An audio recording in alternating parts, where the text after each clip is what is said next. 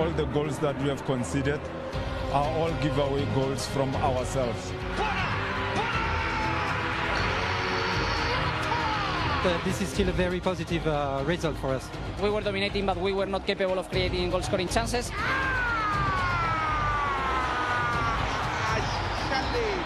Commend the players, gave me their all. You know, fantastic. So yeah, keep soldiering on. Lovely ball inside to Chiquezo. That's superbly done. Very simple as well, Sean Bartlett. But I think the boys really gave a good account of themselves. Honestly, I dislike the losing. But this is football. It's not every time you play good. And back in the time for Reynolds.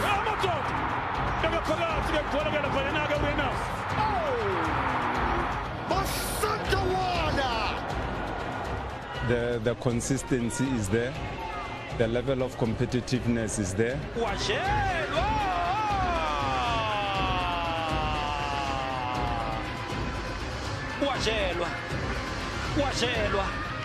Everybody showed today a really high commitment with the game, with the result, with the 3 points, and it's a good news. I think we had it in the bag, or at least get something from the game.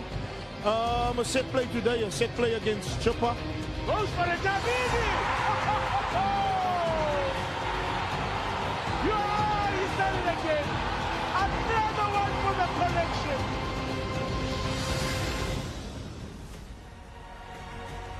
Oh, well, good evening. Welcome to it. I'm your jersey number 10, Thomas of Lombo. This is Extra Time, and what a week of football it has been. We had the public holiday on Tuesday, on Heritage Day, which has meant that we have had 2 match days. We had a match day in the middle of the week with Wednesday as well as Tuesday, and then Saturday and Sunday.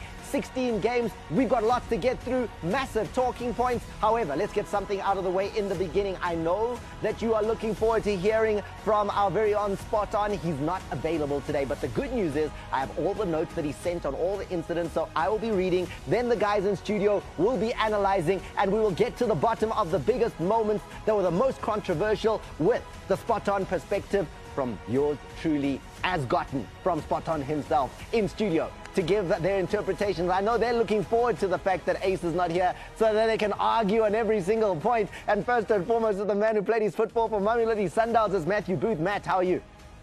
Yeah, not too good. How? I just said, as he played his football for Mamelodi Sundowns, and then the top of the log and you say you're not good. Yeah, well, unfortunately we had some bad news yesterday about the passing of Elton Mering, a very close friend of mine. Top striker, passed too early. Still a lot to give to South African football, and yeah, so my day yesterday didn't get off to a very good start. And yeah, condolences to Rochelle and the family. Elton Mering, what a great player, and yes, may his family please know that all of us in the football fraternity in South Africa are with them, and he is in our thoughts, and so are the friends, family, and former teammates, and just everyone who encountered Elton Mering in his playing days. Deadly in front of the net. Right next to Matthew Booth is the bold and the beautiful, the bold, Phumuza Manenje. This week, this is the 1 week in the history of all weeks. You must savor this week because in our 30-second strike, normally we all have a contestant because we're fighting, we're jabbing, we're saying this week, I've got a better moment. Yeah. This week you're alone because on our WhatsApp group, the minute the thing hits the back of the net, he says he's got it, and then we're not even going to vote. Midweek games and he's in commentary or at the field, you know, we don't have a chance. Like, we were still watching the game, guy. We're watching the game. You can't be saying, that's my moment while we're watching. Can our producer and director bring the towels, the white towels? We have thrown the towels away. I'm going to give the floor straight to you and say, by consensus, we agreed that we can't beat this one. No. Phumuza Manenje's 30-second strike for the week, standing alone. No contestants for this. I think when you look at this, you need to give him awareness, the vision, the technique. It still had to be done. Pasadena it's a transitional goal. Kit had pushed up. We have seen this over the years. We have seen Mo Diouf do it. We have seen Yusuf Mark do it. We have seen Hlompo Kekani do it. And in this instance, Pasadena says, I want my name to be written among those names. A well-taken goal. He goes through it with the laces. And in a derby, and he pulls out something like this in a derby. This has to be the bold moment of the week. It's an incredible moment. Can we just look at it one more time, guys? Because I want to add just some sugar as well. You know, just a little bit of spice to that, because it really does need the scrubbing. Because you have to look at where Basadine kicks this from. He is in his own half. It is not in the other, like he's not even on the circle. He's hit that 60, 65 meters. I know Athlone quite well, and when Cape Town brings the bad weather, it's the northwester, so he's got the wind. If there was any, there was something coming behind him. Normally, it's the southeaster going the other way, and he would never have even attempted that if it was blowing the other way. But the fact that he's attempted it so deep in his own half, it's very rare that you see that. You know, that must have been from 60 yards. And I'm surprised that we don't see more of this, because goalkeepers are becoming keeper sweepers. They take risks coming off their line because they need to cut out that through ball, and they need to start play from quite high up. So, but to do more of it, you need the technique to hit that ball 60 meters in the air with power, with the right height, catching the keeper on the run. You know, with a lot happening in front of him as well. Nyama made that foul in front of him. The referee quite rightly played advantage to his credit. So you win. You win this week. We don't need a buzzer. We don't need anything. We didn't need a countdown. You're alone. Matthew, you win. That is undisputed. I'm just a point behind you. While we look for ace. This was my hat trick. This was my hat trick. The problem is that we didn't even get a chance, guy. The game is on. The tweet comes in our group already. The message comes in. That's my moment of the week. Now, what else we're going to do today is we're going to start with the conversation that you've all been having. We're going to start the conversations on the game that everybody was tuned into, that was delayed by 30 minutes as the crowd tried to make their way into the FNB Stadium. 85,000 people were on hand to witness Kaizer Chiefs up against Mamelodi Sundowns in a match that turned out to be absolutely exhilarating for so many reasons. First of all, before we get into some of the talking points, what did you think of the match itself? Exhilarating. Fantastic game of football. But just on that note, Thomas, we're gonna see people in body bags soon. If we don't inculcate a culture of people with tickets arriving early and people without tickets staying away. Just a warning, because we don't want to see that. And people must appreciate what goes on and what they put the league through at venue. It's unfair at what happens.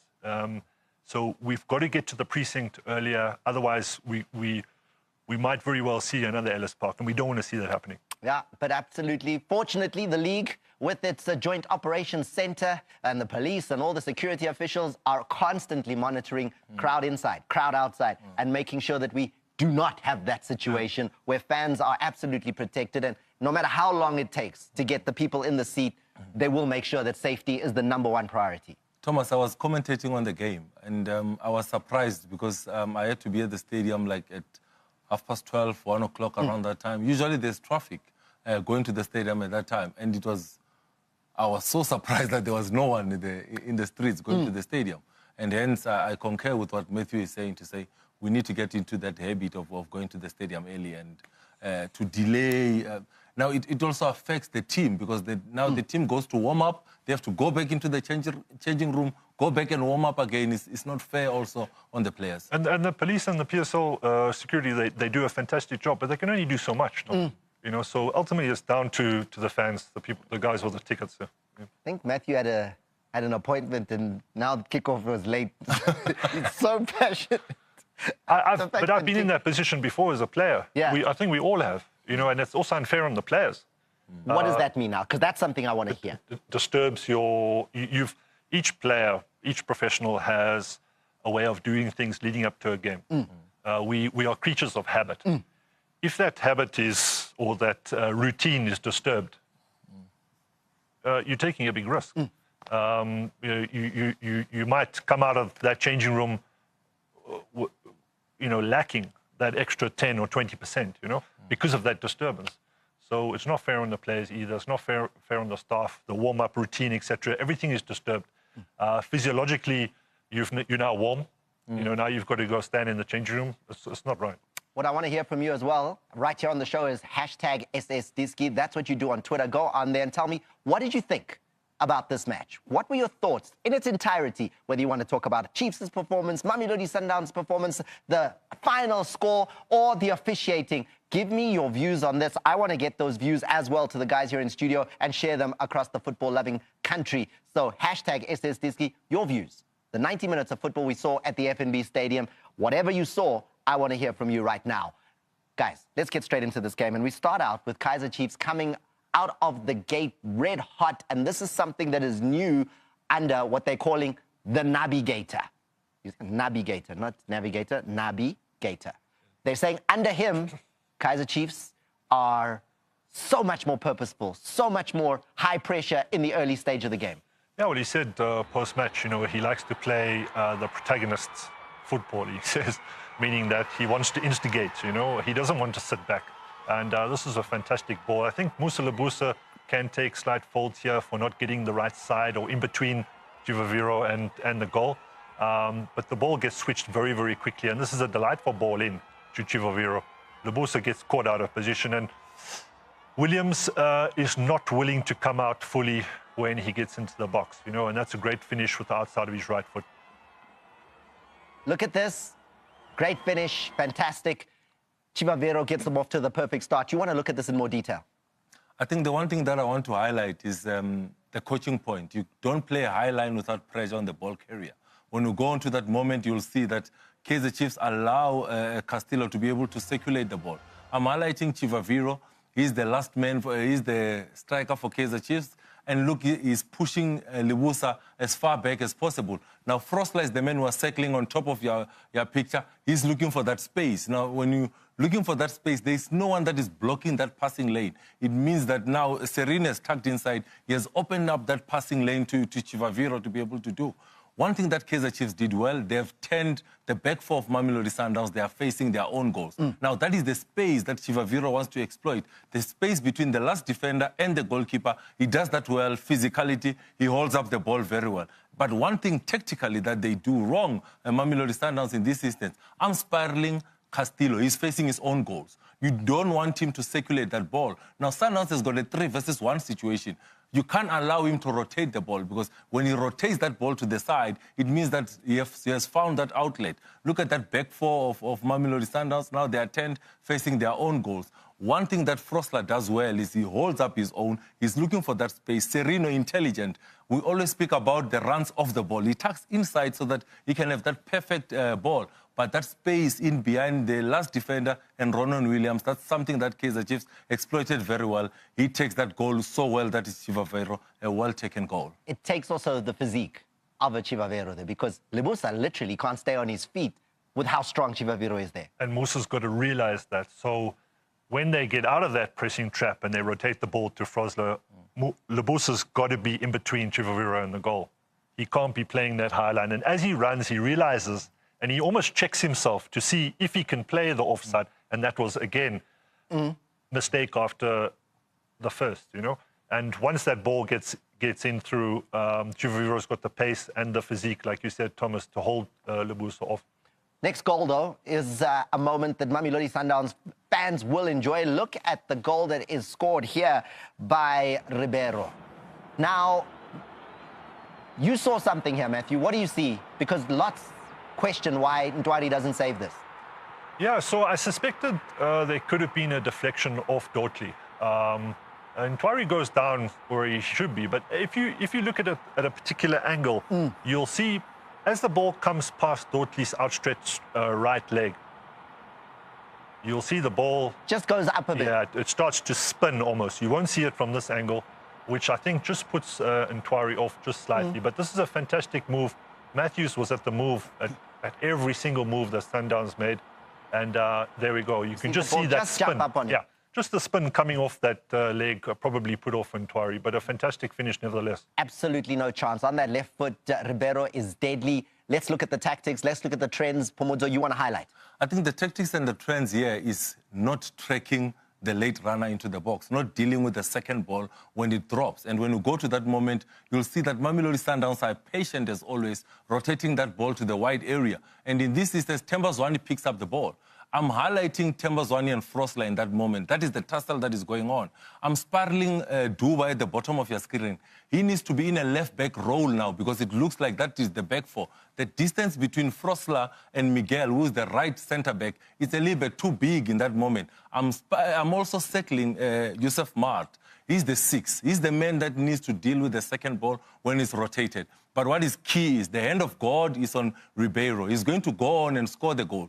Look at how Kaizer Chiefs don't detect him. That is the back four of Kaizer Chiefs. And when we move into the midfield, you'll see that the midfield three is spread out. And look at Allende. It does not have pressure on him. He's the ball carrier in that instance. He plays that long ball. Yes, Dotley deals well. Now, that space that we're highlighting is where the second ball is going to drop. You need the number 6 to be in that position to be able to pick up the ball. He's not in position. Now, I'm highlighting the 2 centre-backs of Kaizer Chiefs. Look how wrongly positioned they are because of the movement of Reyners in dragging them. I'm also spiraling Yusuf Mart. He's supposed to pick up that second ball. He doesn't do so. When Matthews picks up that ball, he knows that is the space that he needs to go to. That is the space where Ribeiro wants to carry the ball to. I'm spiraling Frosler. Look how far apart he is from his centre-backs. And that is the space that they go and exploit with Ribeiro.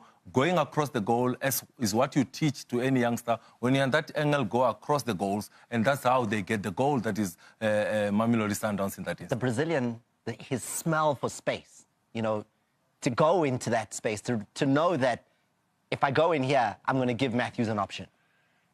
And I think he's reveling off the fact that he's got Matthews in behind him. And he's understanding that Matthews has got that pass in him. So once you know that, it's a bit like being a defender and knowing that you have a Williams or a Cheney behind you who's full of confidence, you know. So he's reveling in it, and he's able to play off the shoulder, right and left. So that rotation is very healthy at the moment. But the other thing that you notice in this game, yes, they've been doing well, that is Miguel and Dotley.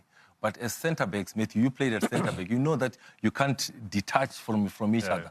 In that moment, the reason that Mamelodi Sundowns were able to find pockets of spaces is because of the distance between the 2 centre-backs. At times, you see the positioning of how they were positioned. The other thing is when Frosler goes to Mark Zwane on the line, the distance between the right centre-back and the right full-back becomes too big. And that is the space that they exploit at the end. That is Mamelodi Sundowns. I think the psychology as well that comes into it of Cross and Dotley, you know, especially, you know, I would have loved to have seen them stay at their clubs for a further season. Dotley obviously needs to play Premier League football for their development point of view, but they've settled in fantastically well in that sort of group tactic on that left-hand side.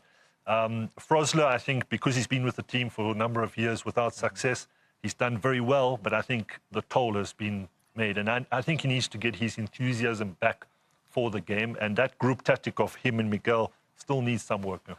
Tactically, Thomas, the other thing that I picked up in the game is that Kaizer Chiefs did not go with an out-and-out number 6.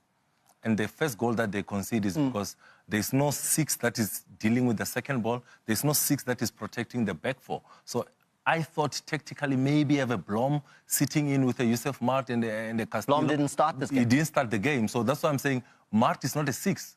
He's an 8. Castillo is not a 6, he's an 8. So they were interchanging in that role with Castillo and playing against a deadly Mamelodi Sundowns that has been together for long periods. I think that's why they managed to find those pockets of space. Great football up until this point. Now comes the part that you guys want to talk about, which is the controversy and whether the officials got it right. Ace has sent us through his views. These men here in studio will articulate some of those views and will give you what we think should be the verdict on some of these decisions that took place. Starting out here with the goal that puts Mamelodi Sundowns into the lead. Now, as we look at it, what a ball over the top. Reyners, is going to score at the far post there.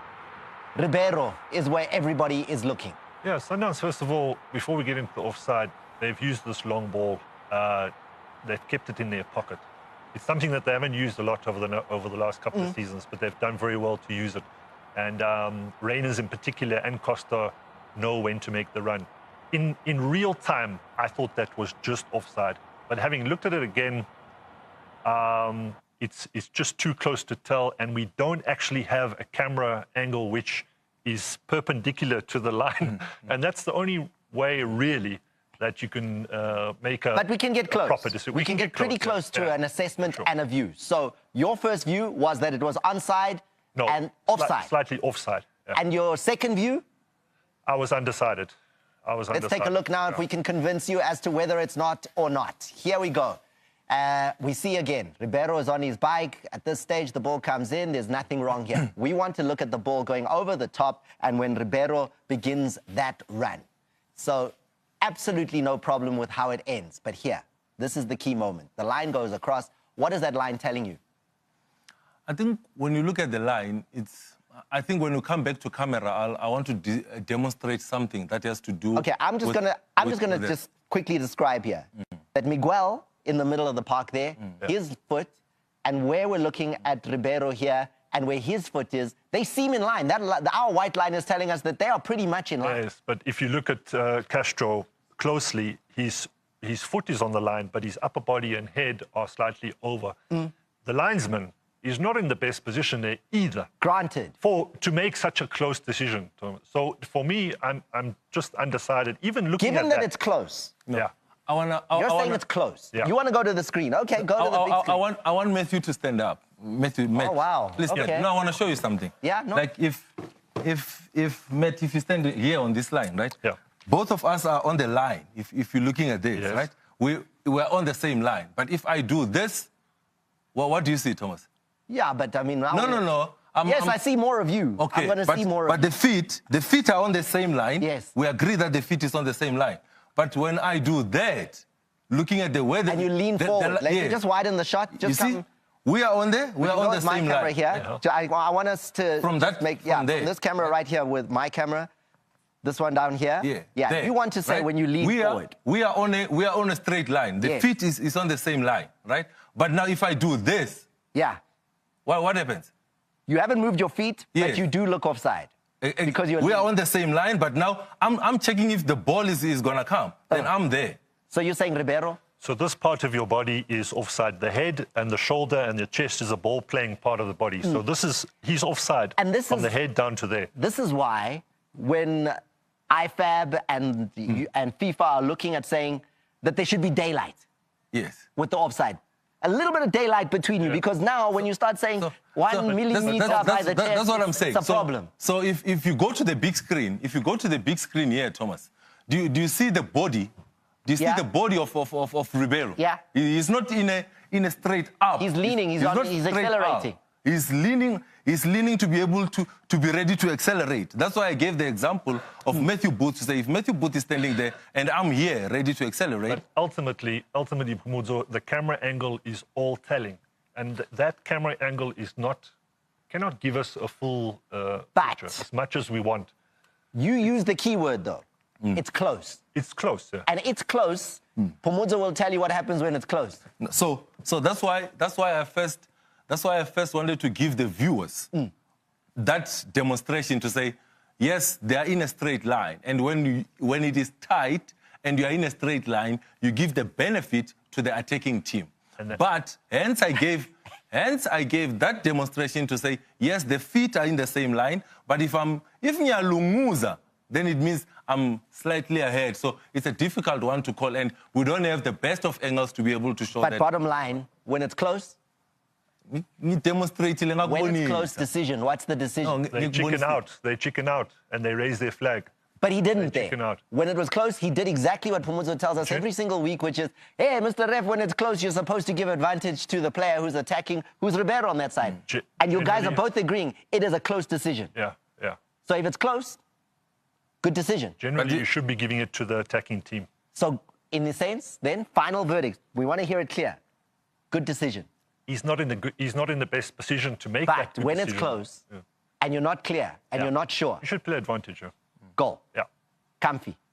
No, not comfy. Don't put words in my mouth. Not comfy, but goal. Uncomfortable goal. Yavuma. No, Mina. I made it easier for the viewers to be able to see what the assistant ref is saying. Make it in words now, easy. The feet are in the same line. Yeah. But in that instance, Ribeiro is leaning forward, which then gains, he's slightly forward ahead of that line, and the assistant referees have got a very difficult one to call, and unfortunately, Ace is not available. So there you go. Final verdict is that when it's that tight, it is really tight. You see in this angle, you see in this angle in picture now, yeah, is describing the leaning forward that I was describing with Matthew in that picture. Yeah. When it's this tight, I think the consensus is going to be that you're going to leave that with the assistant referee, and he left his flag down because it was so tight. That one is okay. We're okay. It may not be the perfect decision, but we're okay. Yes? I'm comfortable. Okay. Matthew's comfy. You see, he's now more comfortable because I changed the wording. And this game had lots happening in it, guys. So I want to go straight to a goal that's disallowed now in the dying moments of the game here. And Kaizer Chiefs fans feeling that they should have got something out of this match. The ball ends up in the back of the net. What are your views as we take a look at how this was disallowed? What do you think, and why do you think it? Ball in the air, there it is, great finish. Looks like it's a 94th minute equalizer. And then the decision is no. It has started to drizzle in this moment at FNB. A delightful ball brought in by the young Vilakazi. When I looked at it, if you pause it there is no offside. No, this is too late to look for offside, but the incident is between Miguel and Lebusa, I think, in that moment. But when this ball is played in, there's no offside. The referee is actually blowing for a foul. The push. The push or the holding that is happening in the box. The ref deems it to be enough to bring Lebusa down in What you need to focus on there is Lebusa goes crashing to the floor, and the referee has said, why has Lebusa crashed to the floor? It looks like Miguel has given him a little shove to make space for that trying to header the ball. Yeah, we had the privilege of watching an angle from behind the goal, and there was definite shove just there from Miguel onto Lebusa. His hands were stretched out. It was very clear from behind the goals. There were emotions leading up to this, you see. You can see the time. Sundowns are winning 2-1. They also thought that goal was, the winning goal was offside. So the emotions have built up now to a crescendo. And they think that the linesman has actually flagged for offside here, where there's clearly no offside. But in fact, the referee has blown correctly for that push from Miguel on Lebusa. So, foul, good decision. Yeah, good decision. Yeah, boom. I said earlier on when I started my statement, Thomas, that it has started raining in this point at FNB. It was raining. It was drizzling. So? It was slippery. Oh, wow. No, come on. No. So, I'm giving the fact. Somebody that is watching on TV might not know that it was raining at that moment. Okay, but okay, you're giving us the weather report. Are you saying Ushelelile or was he pushed? It might have been slippery, but was he pushed? No, the angles that we have, we don't have a close-up that shows. No, we don't have a close-up. Is the fence hurting you? Did you see a close-up of the incident? I don't have the close-up. So I'm giving you to say, I was at FNB, I was commentating on the game. It has started raining at that moment. Yes, there is contact between the two players. Okay. Is it enough to bring Lebusa down? What Miguel did, I don't have the answer for that. There was questions about the ball being offside or not offside. We are clear on that. Ace always tells us there's no soft or hard or what. Enough contact, too much contact. There was contact. There was contact? You saw it. If you deem it to be enough to bring him down, then sharp. Thomas, can you confirm the camera angle that we saw today? Well, yeah, I mean, there are also other angles that people in the stadium have got, and there's so many angles, but it does look like there's an outstretched hand. Yeah, there was. That one does. I saw it. There were two hands, and there was a clear push before the header. There, you see. The man is clear. Even clear push. The man saw it? Yes. Okay. Clear. No, I mean, I didn't see it. Hey, and we know that... now, let me not talk about Pumuza and seeing. Let's talk about seeing. Otherwise, we'll keep on my file. But we're going to move on from this game. What an important game it was. Sum up Kaizer Chiefs there, guys. Because they're the ones feeling aggrieved by this one. your thoughts on how it was the Chiefs played in this one, and Mamelodi Sundowns as well. I mean, coming from a goal down to then snatch all 3 of the points. I would like to start with the coaching capacity that we saw on Saturday. I saw a game of chess where Coach Nabi saw the need for a Modi, a need for a Dupree to just bring in the pace on the side. Then Mamelodi Sundowns, I saw Mangoba and Co. They had a little caucus to say, no, this is going to be a problem. Then they brought in a Kuriso Mudau, who I thought, for me, Kuriso Mudau was a game-changing moment when he came in, because he stopped a lot of attacks. For Ronwen Williams to win man of the match, it gives you an idea of how much Kaizer Chiefs were attacking Mamelodi Sundowns in the last 15, 20 minutes of the game. If Ronwen Williams gets man of the match, it says a lot about such opportunities that Dupree had. This is a game-saving save that he makes, that is Ronwen Williams. Earlier on, he makes a great save from the head of Castillo. When the keeper gets man of the match, it says a lot about what the opposition were doing offensively. Yeah, that save, the first save that we saw, the reflex save inside the box, was going to be my moment of the week, and he was superb today. I think Chiefs also didn't. They changed it up a lot, you know, especially with Shaba on the ball. I like the fact that Sundowns countered that last 15 minutes by taking Tiwani off and Morena going to left back to counter that speed, as you said, Pomozo. It was a very clever counter sub and change, which worked very well, with Mudau coming on. I think a lot to prove as well, having not played. So also getting caught up in the emotions of it. But Matthew, if you're saying that they make that change of bringing Kuliso Mudau at right back, and then they move Morena to left back, later on they bring De Ryk to play as one of the 3 centre-backs. It says a lot about what Nabi Ball is doing in Naturena. If you force Mamelodi Sundowns to defend with like 5 at the back and Ronwen Williams becomes man of the match, I still give credit to Kaizer Chiefs. There's a question here that I need to ask you guys, and it comes from Anuka, who says to me, and I want a one-word answer here, guys. Based on the decisions that we've looked at right now, he wants to know, basically, Sundowns won the game fair and square. Is that the case? I would say yes. Yeah. Because ultimately the officiating allowed them to win the game. So ultimately the decision of the referees is final, Thomas. Fair and square? I think they will feel that they could have gotten a point out of this game with the amount of chances that they created towards the end, with the disallowed goal, that they will feel that they could have snatched something. So watching the game, commentating on the game, I thought a draw would have been a fair result of the game. If the question is, do you think Chiefs deserve something out of the game? I would say, yeah, without a doubt.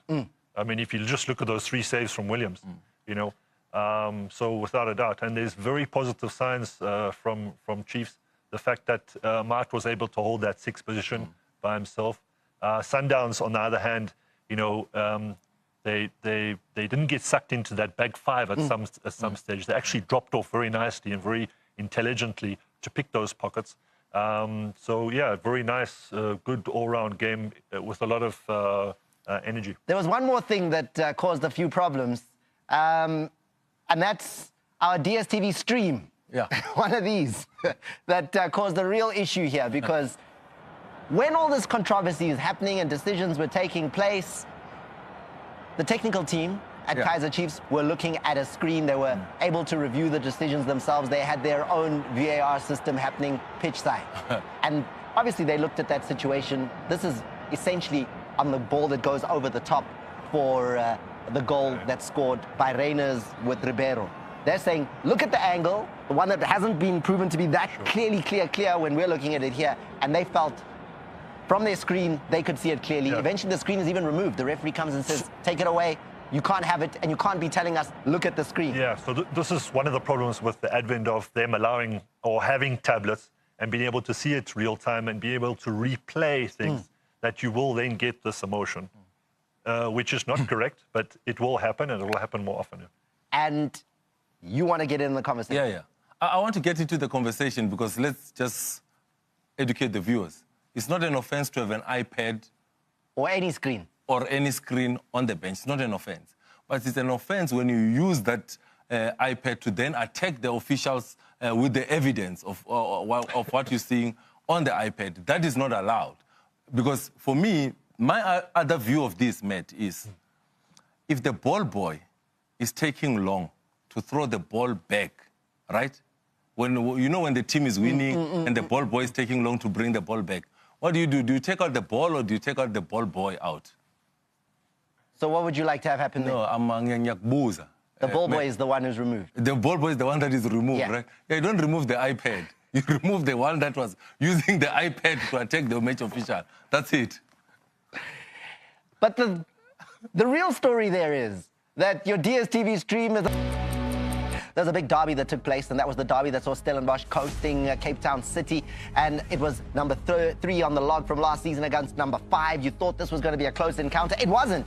It turned out to be a blowout. It was Cape Town City absolutely blown out the water by Stellies. Stellies looking ominous as the build-up comes to that MTN 8 final against Orlando Pirates. And this goal for me, if I was going to vote for my 30-second strike of the week, it would have been this one. Because look at Adams' back heel and then the thunderous strike from De Jong. Yeah, Makaringa unfortunately gives it away close to the touchline, and if there's one person that Pirates are going to need to throttle, it's going to be De Jong, because he's a fantastic link-up player and he's got the ability clearly to hit it from outside.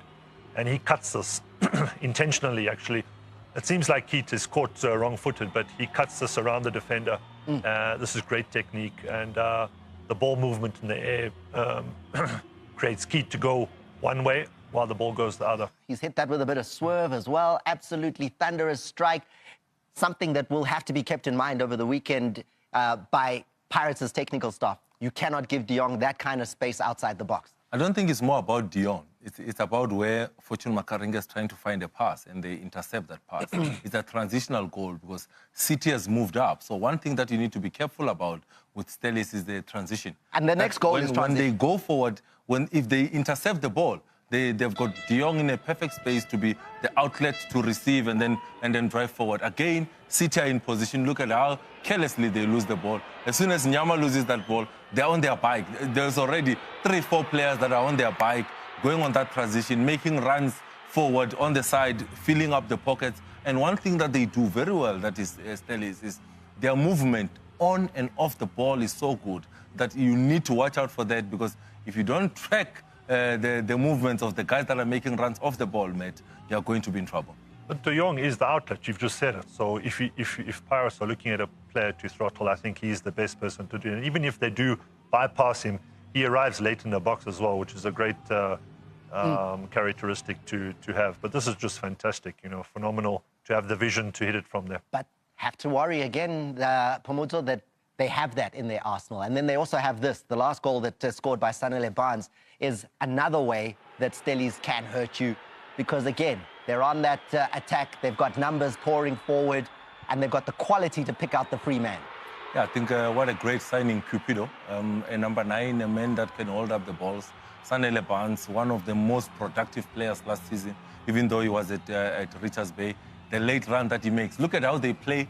They play to the right-hand side, knowing very well that they want to go to the left-hand side. That delightful cross, the late run by Barnes, the jackknife technique in terms of scoring that goal. It looks easy, Matt, but the bounce just in front of the goalkeeper and the defender makes it so difficult to defend a ball like that. That's why we call it the jackknife technique. Well taken, difficult to do. The cross is fantastic. The header is back across the keeper. But for me, the great skill there is Cupido staying onside. Yeah. He just checks his run a little bit, which often strikers want to get ahead of the line, ahead of the ball, but he checks very nicely there. Again, something else to worry about if you're a Buccaneer fan and you're looking at Stellies is how it went with Polokwane City against Stellenbosch, because the finish of the new signing and the form that he's in right now in Letlonolo Mojela, scoring 2 goals against Vita Club in the CAF Confederations Cup. He's now back in the Betway Premiership, and he's got this in his locker. Oh! Enoni the goal ya manaka Thomas. Aitibei aona vile goalkeeper chingaita ene pala para in la Polokwane City ene pala Sapunga is the curl for me, is the technique, is the belief in Mujela's shot in this distance. Goal number 4 in all competition. this is something that Orlando Pirates should be worried about, to say the ginger boy has got the technique to be able to find the goals. Yeah, again, to be able to hit that on the run with pressure behind, you know, to get that technique right to the far post and hit it so well. It was a fiercely struck shot. Fantastic goal. And again, very good business there. You've just seen Barnes and Magella. Very clever business from Stellies once again. Good signings there. Danger men to watch out for. Make sure you're with us on the World of Champions as we bring you that MTN 8 encounter over the weekend, the final of the match down in Durban. However, as much as Stellies have looked good, Polokwane City were able to hold them and even get an equalizer in this game. I think when we look at this, you must bear in mind that there's a foul. There's an incident before this that Nduli brings down Marema in this instance. They win a free kick in and around that area that is Polokwane City. And when we look at the other team that is in the final later, you'll see that in and around that area, there's a Kabelo Dlamini. Oh, I'm a free kick specialist. No, yeah. Another one is Otto. Yeah, don't take the shine away from Mutuludi right now, okay? Because there's a deflection. I'm not so sure. Yeah, but I'm not so sure that Polokwane are going to be able to hold on to him for much longer. Yeah. He's been again their standout player from right back. Gets forward very quickly, very Morena-like, and is able to clearly strike them from the free kick as well. A lot of people will be looking at and maybe thinking what Pomozo is thinking here is that Stellies, they drew with Polokwane City 1-1, but when Pirates played against Polokwane City, 3-0. So obvious. No, Mamela, but. There's a legendary commentator, Cebo Manyapili, used to say, football, I'm not there for. Oh, no, therefore. I'm not there for football. Pirates beats Polokwane City 3-0, therefore, if Stellenbosch draw, then it means Pirates are stronger than Stellies. I'm not there for. No, I agree, especially when it comes to a cup final. Okay, therefore doesn't exist. Let's take a look at how it was, though, at Orlando Pirates midweek Heritage Day, Orlando Stadium, 3-0 victory in this one.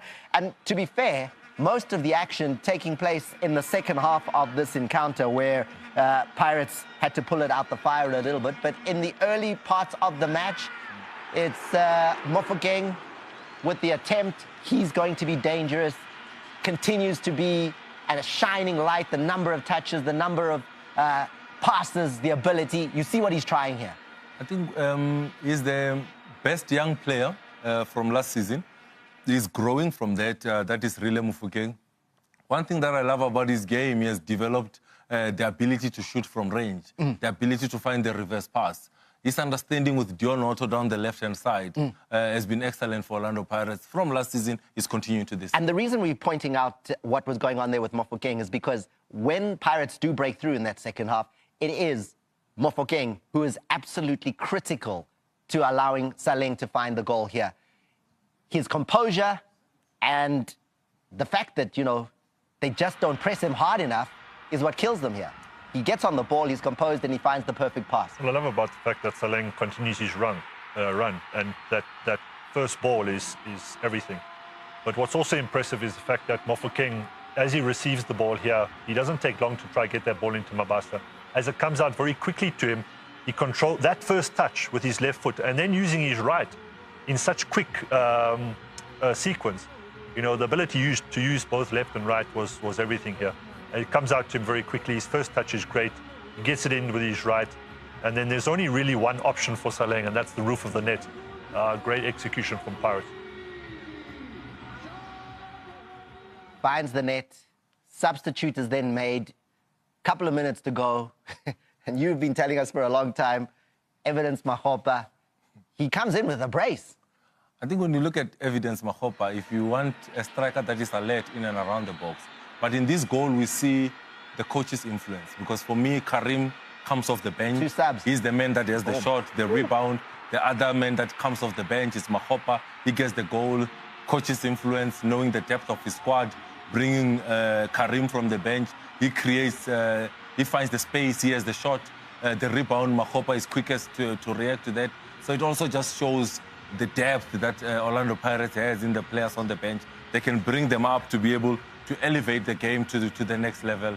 A well-taken goal, man. Yeah, because of his profile, because he's quite tall and lanky, you think that he's actually clumsy, but he's not. If you analyze the situation, he's got actually very good, quick feet. And he's one of the better clinical box finishers, actually. It's just unfortunate he's competing with Mabasa at the moment. Here, I think Daniels is a little bit off balance with his back pass. He sells Sapung down the river here a little bit. You can't blame the goalkeeper, but Mafopa smells the mistake and does well to get the toe poke in. The question will be, do Pirates have too many guns? Looking at the firepower, the bench, the free kick ability that Pomozo was mentioning, and we saw it over the weekend against Richards Bay with the set piece ability that they do have. Is it too many guns on the weekend? What's negative about having too many guns? Pomozo? No, I'm just saying, do they?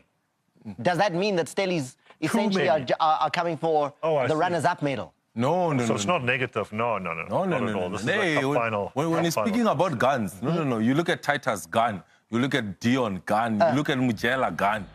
You look at Orlando Pirates. They also have their own guns. So both teams have good guns. And this was the thing here. Pirates really struggled in this game against Richards Bay. Once a team was really solid defensively, to get through, they struggled.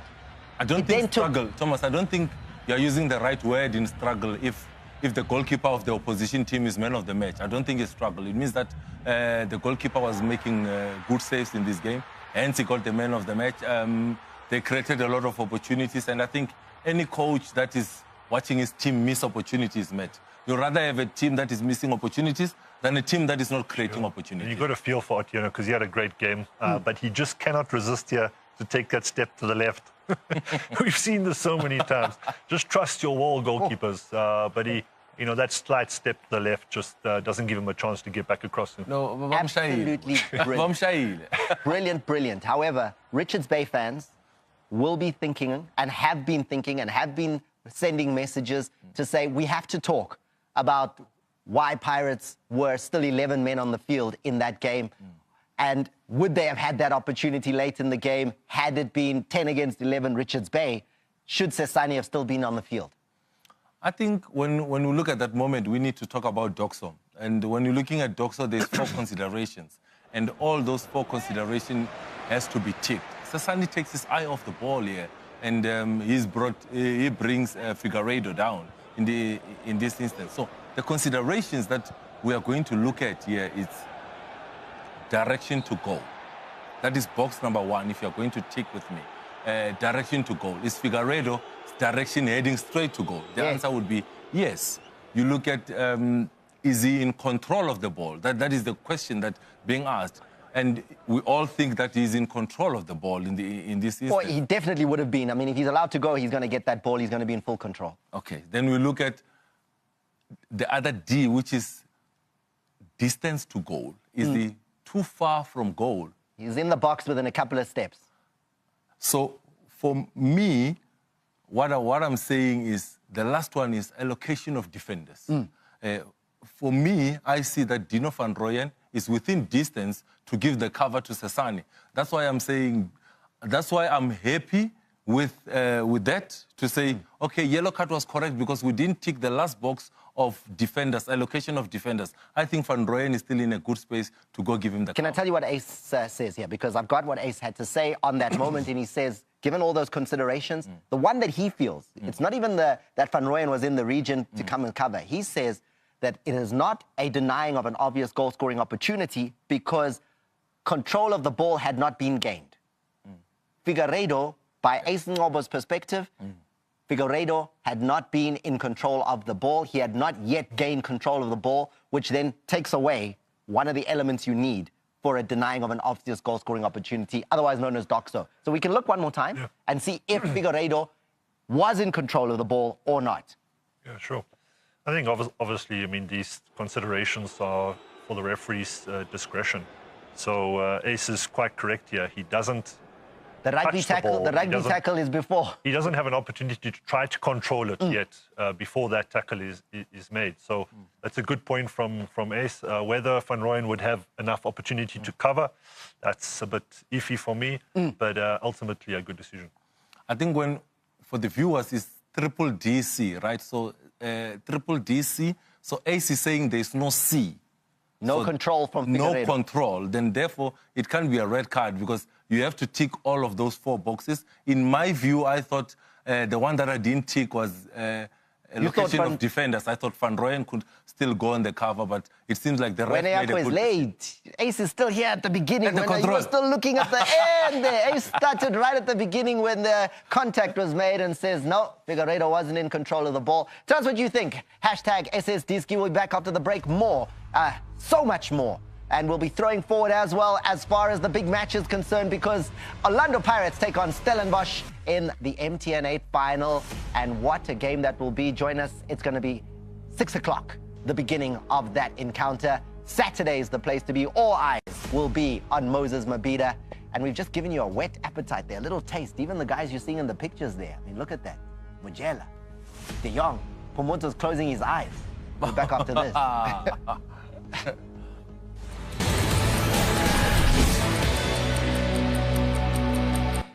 In a week that has big encounters and all the football, your World of Champions will be bringing you all that football with the Champions League. Arsenal up against PSG amongst the big games to look forward to in the Champions League action that begins tomorrow, as well as Wednesday night. Villa, Bayern Munich. Wow, what a game to see there as well. And that's just the tip of the iceberg, with a brand new look and a brand new studio build up to that. Make sure you join us for the Champions League. But let's get back to what's going on locally in the Betway Premiership, because a week that they'll want to forget is the one at Golden Arrows. Their first couple of weeks in the league, top of the log, fantastic. They were scoring goals, clean sheets, but the last 2 games have gone against them, against Magesi. Magesi, the new boys, get the first 3 points of their promoted life in the Betway Premiership. Wonderboy Makubu scoring. Yeah, great result for Clinton Larson and his team. Mobuti Kanyeza and his staff will be reflecting on last season, what happened last season after their great start. Hopefully they don't implode like they did last season. Moreover, the goalkeeper, I think, at fault. They're not getting down low enough with his left hand, or getting his legs in there. Mistake from the keeper, in my opinion. It was one of the longer games in PSL history, because it started out on a Wednesday night and it finished on a Thursday afternoon. Midday Thursday is when the game actually finished, because this is what took place. The lights went off with 4 minutes to go. Transformer caught fire.